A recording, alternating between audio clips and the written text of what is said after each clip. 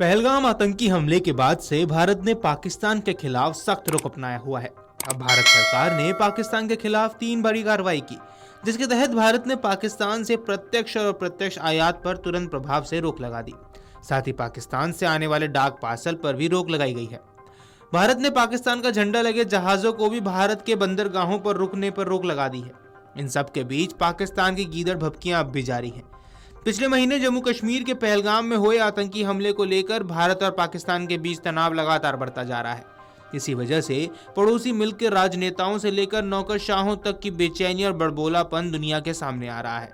इसी बौखलाहट के क्रम में रूस में आर्थिक तंगी से जूझ रही पाकिस्तान के राजदूत ने खुलेआम भारत को धमकी दे दी। राजदूत ने कहा कि अगर नई दिल्ली अपने पड़ोसी पर हमला करता है तो इस्लामाबाद परमाणु हथियारों सहित अपनी पूरी ताकत का इस्तेमाल करेगा। हालांकि वो शायद ये भूल गए हैं कि उनका देश पाई पाई के लिए दुनिया भर के सामने हाथ फैला रहा है। उनकी खुद की आवाम आटे और पानी के लिए जद्दोजहद कर रही है। ऐसे में उन्हें वैश्विक नेता के तौर पर उभर रहे भारत के लिए कुछ भी बोलने से पहले कई बार सोचना चाहिए।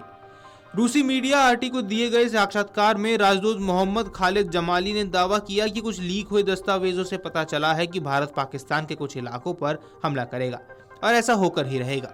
उन्होंने कहा, भारत के मीडिया और उस तरफ से आने वाले गैर जिम्मेदाराना बयानों ने हमें ऐसा सोचने के लिए मजबूर किया है।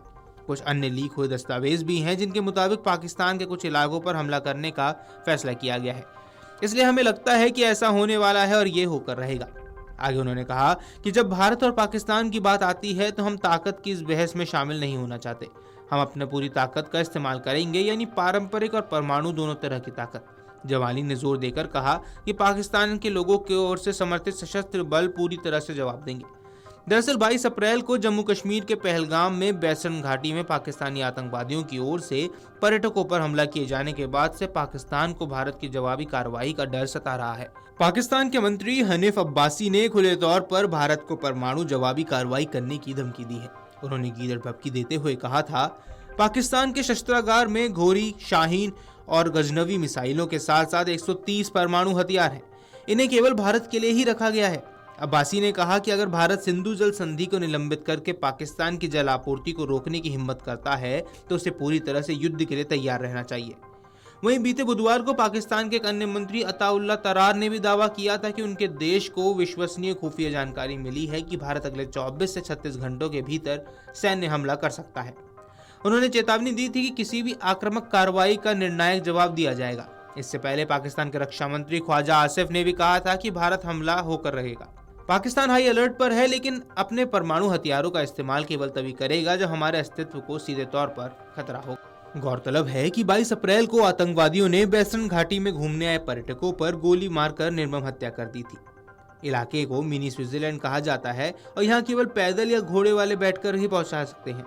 इस प्रक्रिया में एक नेपाली नागरिक सहित 26 लोग मारे गए थे। आतंकवादियों ने गैर मुस्लिम पर्यटकों को निशाना बनाया था। उन्होंने पर्यटकों से पहले उनका धर्म पूछा, पहचान पत्र देखे और फिर हिंदू हो कहकर गोली मार दी। प्रधानमंत्री नरेंद्र मोदी ने हमले के बाद से ही कई महत्वपूर्ण सुरक्षा और कैबिनेट बैठकें की और देश से वादा किया है कि उनकी सरकार पहलगाम हमले में शामिल आतंकवादियों को नहीं बख्शेगी। इससे पहले भारत ने पाकिस्तान के साथ राजनयिक संबंधों को कमतर कर दिया है।